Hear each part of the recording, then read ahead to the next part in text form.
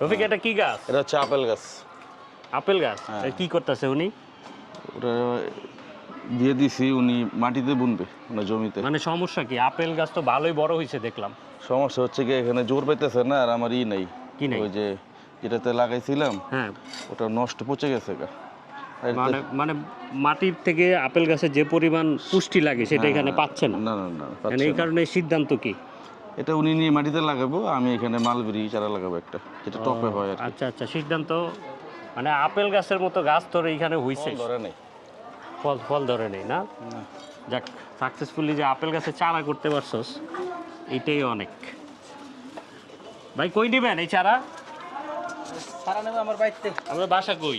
আমার বাসা হলো মদনপুর। তো রফিক খানের এই আপেলের চারাটি সে অনেক শখ করে লাগাইছিল এবং গাছটা কিন্তু অনেক বড় হয়েছে, কিন্তু না ধরার কারণে আপেলও সিদ্ধান্ত নিয়েছে।